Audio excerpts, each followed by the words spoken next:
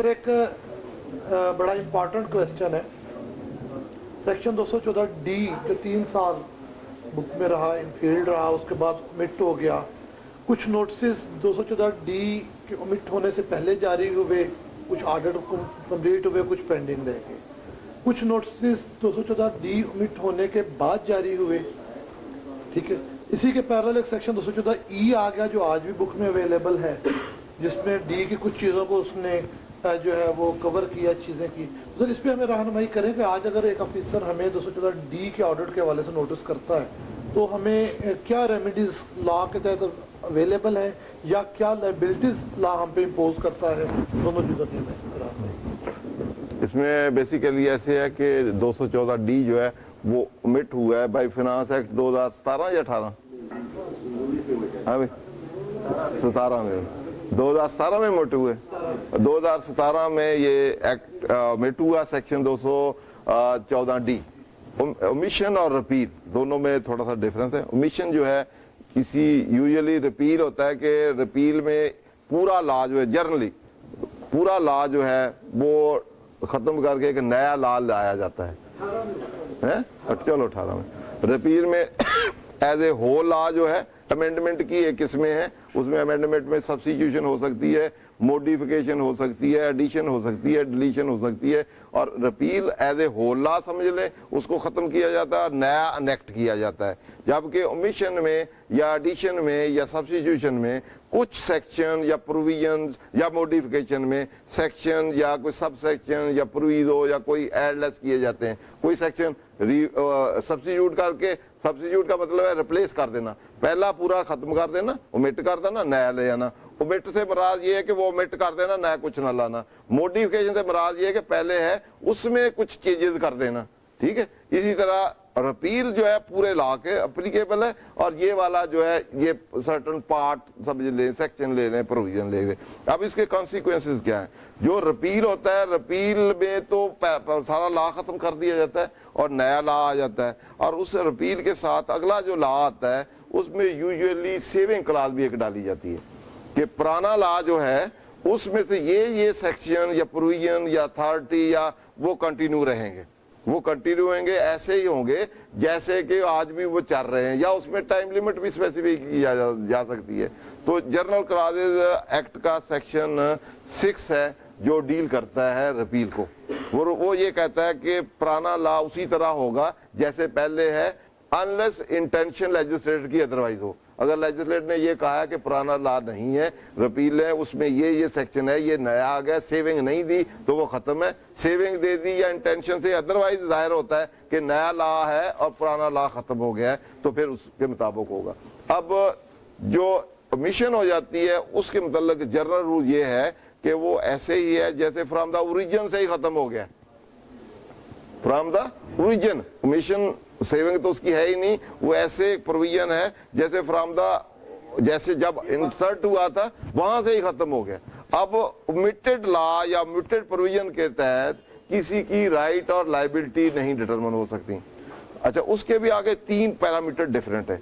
एक पैरामीटर है कि जो जब वो लॉ प्रीवेल कर रहा था, ड्यूरिंग द ईयर प्रोसीडिंग हुई और कंक्लूड हो गई, that is past and close transaction. अच्छा, एक वो सिचुएशन है कि प्रोसीडिंग शुरू हुई लेकिन कल्मिनेट नहीं हुई ओमिशन तक। एक ये है कि बाद में प्रोसीड स्टार्ट हुई और बाद में कल्मिनेट होनी है।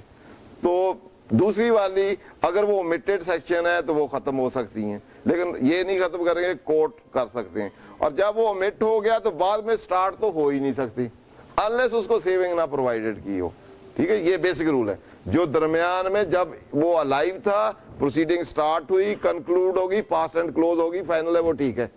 अब ये है कि स्टार्ट हुई प्रोसीडिंग, ऑर्डर नहीं हो, कल्मिनेट उससे पहले नहीं हुई, तो वो भी ऑलमोस्ट अब सब्सिक्वेंटली उसके तहत राइट और लायबिलिटी डिटरमिन नहीं हो सकते अनलेस ओमिशन के वजह से लेजिस्लेटर ने कहा है कि वो कंटिन्यू रहेंगे या उसको सेविंग दे दी, तो बाद में तो स्टार्ट हो ही नहीं सकते, ठीक है। तो अनलेस इंटेंशन हर एक के साथ लेजिस्लेटर की है कि उसने किया है। अब इसको अगर इन्हीं रूल को सामने रखते हुए इस सेक्शन को देखें 214 डी को, तो इसके बाद की तो प्रोसीडिंग हो ही नहीं सकती, बाद वाली जो है कि इसके बाद खत्म होने के बाद तो प्रोसीडिंग हो ही नहीं सकती अनलेस सेविंग ना हो, लेजिस्लेटर कह ना दे तो उसके मुताबिक तो पहले वाली कंक्लूड हुई, तो दरमियान वाली जो स्टार्ट हुई कंक्लूड नहीं हुई, वो उस पे वो ओपन कर रहे हैं और कर रहे हैं। तो उसके मुताबिक अब हम अगला एक उन्होंने सेक्शन, पहले तो ये नहीं हो सकती थी, लेकिन उन्होंने जो जब 214E इंसर्ट किया तो उसमें इंटेंशन उन्होंने देगी सारे काम आप कर सकते हैं।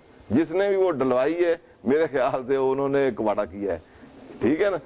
उसमें नॉट विद स्टैंडिंग है, उसको पढ़ के सुनाए। उसमें उन्होंने कहा है कि उन्होंने कोई टर्म एंड कंडीशन दे दी, पहले अलाइव कर दिया ओमिटेड को, ओमिटेड सेक्शन 214D जो था उन्होंने उसको अलाइव करके तो उसके क्लोजर, वैसे तो वो क्लोजर के लिए दिए हैं कि ये क्लोजर जो है इसको क्लोज किया जाएगा, जो ऑटो सिलेक्शन थी 214D वाली, तो उन्होंने कहा जी उसको क्लोज किया जाएगा। वो उसके लिए उन्होंने प्रोसीडिंग दे दी। वो जो नोटिस इशू किया हुआ था और अभी तक कल्मिनेट नहीं हुआ उसको कर दिया। उन्होंने कहा 122 का नोटिस ना दिया हो, उन्होंने कहा 170 214C वाले अपने तौर पे चलते रहेंगे। साथ उन्होंने कंडीशन दे दी कि आप जो 25% पिछले साल का जो टैक्स है उससे ज्यादा हो या 2% आपका टर्नओवर हो, यहाँ टर्नओवर भी नहीं है तो उन्हें कहा पेनल्टी दे दें। उसमें से सैलरी और प्रॉपर्टी को, सैलरी और एक है कोई और, उसको फाइनल डिस्चार्ज उसको एक्सक्लूड कर दिया। बाकी उन्होंने कहा FBR एक प्रेस्क्राइब प्रोसीजर देगा और उसके मुताबिक आप करेंगे। अब उसको अलाइव करके फिर ये सेक्शन अब भी है, तो इसलिए अब उसकी जगह इस सेक्शन ने ले ली है, इसके मुताबिक काम चलेगा। अब FBR इसके मुताबिक चलेगा, इसकी वायलेशन होगी तो फिर आप चैलेंज कर सकते हैं। क्लियर जी?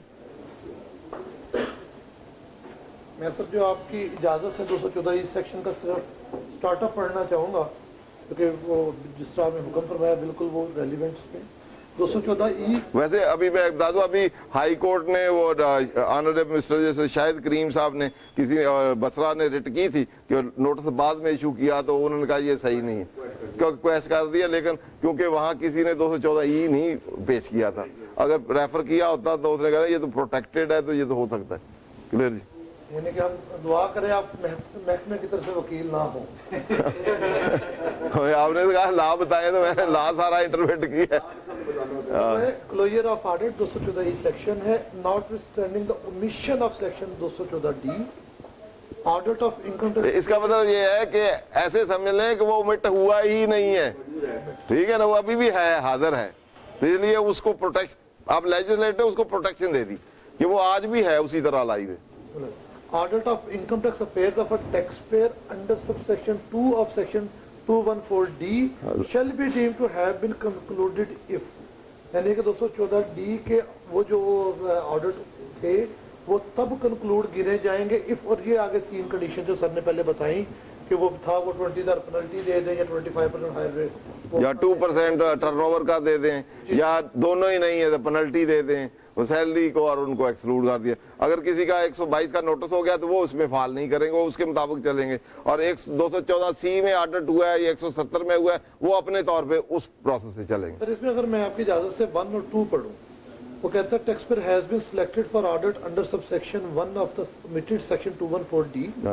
ये पहली कंडीशन है, ये इस उसको अलाइव करने के साथ ये कंडीशन दी है कि इन केसेस पे एप्लीकेबल होगा, जो इसमें नहीं फाइल करेंगे उसके लिए वो ओमिटेड ही है, ठीक है ना। ये ओमिशन को जो अलाइव किया गया है इन 4 चीजों के, इन केसेस को अलाइव किया गया है, जो इनके अलावा है उसके लिए वो ओमिटेड ही है, उस पे सेक्शन अप्लाई नहीं हो सकता। नंबर 1 तो 214D का नोटिस दिया हो, उसको ऑटो सेलेक्ट कर लिया हो और आपको इंटीमेट के दिए, इट मीन उससे पहले दिया हो। अब इस पे फिर आगे ऑब्जेक्शन आएगा कि उससे डेट मेंशन है इसमें, इसके 214E नहीं इसकी डेट को नहीं मेंशन, अब डेट नहीं मेंशन, तो उनके नोटिस क्या वो ओमिशन से पहले होना चाहिए या बाद में दिया है तो यहाँ डेट नहीं, या लिखा होगा कि उसका नोटिस दिया हो प्रायर टू ओमिशन या उस डेट से पहले, तो फिर अब एम्बिग्यूटी इसमें आ जाएगी कि बाद में भी नोटिस दिया है तो वो उसको कंक्लूड कर सकते हैं। अगर इसमें लिखा होता कि उस डेट से पहले ओमिट हो गए, लेकिन हम परसीव यही करेंगे कि इसका मतलब हो गया जो ओमिटेड ओमिशन जब हुई है उससे पहले नोटिस दिया हो, ठीक है। सर वो कहते हैं notice under section 122 has not been issued. दूसरा ये कि 122 का नोटिस भी उस ओमिशन से पहले ना दिया हो, अगर 122 प्रोसीड हो गया होगा तो उसके मुताबिक चलेगा। क्लियर? तो सर 122 अगर वहाँ पे वो नहीं था मुझे दिया गया तो क्या फिर भी 214 लगेगा, ये मेरा सवाल। नहीं 122 हो गया होगा तो फिर अब इस 214D के तहत क्लोजर नहीं हो सकता, फिर वो उस 122 होगा, फिर अपीलें होंगी और उसके मुताबिक चलेगा, वो इस 214E के डोमेन में नहीं आएगा। यहीं पे मैं सवाल समझने के लिए करना चाहूंगा कि मुझे 122 हो गया, मैं 214E में नहीं आया, 214D ओमिट हो गया, तो आज प्रोसीडिंग कंक्लूड होगी कि नहीं होगी? नहीं, आज नहीं हो सकता। आपको तो 122 के तहत चलेंगे ना उस साल का। समझे 200 आपका 214 सिलेक्शन होगी 214D में, डी में सिलेक्शन करके उन्हें आपका ऑडिट भी कर लिया, ऑडिट के बाद डेफिनेट इन्फॉर्मेशन भी एक्वायर कर लिया और आपको 122 का नोटिस भी दे दिया। तो अब 122 का जब नोटिस दे दिया तो 214D और E इसमें क्लोजर का कंसेप्ट खत्म हो गया।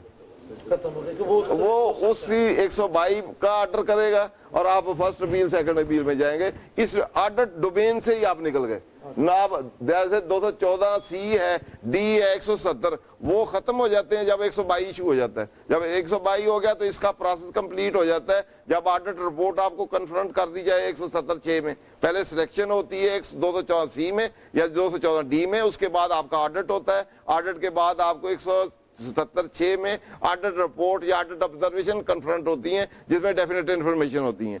उसके बाद वो अपॉर्चुनिटी देने के बाद 122 का नोटिस दिया जाता है। ये ऑडिट प्रोसीडिंग कंप्लीट होती हैं तो एडजुडिकेशन या अमेंडेड असेसमेंट प्रोसीडिंग स्टार्ट होती हैं। ये कल्मिनेट होगी तो वो स्टार्ट, जिसकी वो स्टार्ट होगी वो ऑडिट के प्रोसेस से निकल गया, वो 214C से भी निकल गया, इन सारों से ही निकल गया।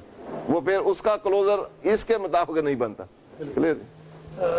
सर ओमिशन की बात मैं करता हूँ। बात दफा ऐसा होता है कि कुछ ऐसे सेक्शन या एरियाज होते हैं जिनके अंदर टाइम पीरियड लिखा जाता है, टाइम पीरियड होता है। जिस तरह ये टर्नओवर टैक्स 0.5% जो 2020 तक था, लेकिन अभी भी वो नई बुक्स में वैसे का वैसे ही उसको वहां से ओमिट नहीं किया, डिलीट नहीं किया वहां से।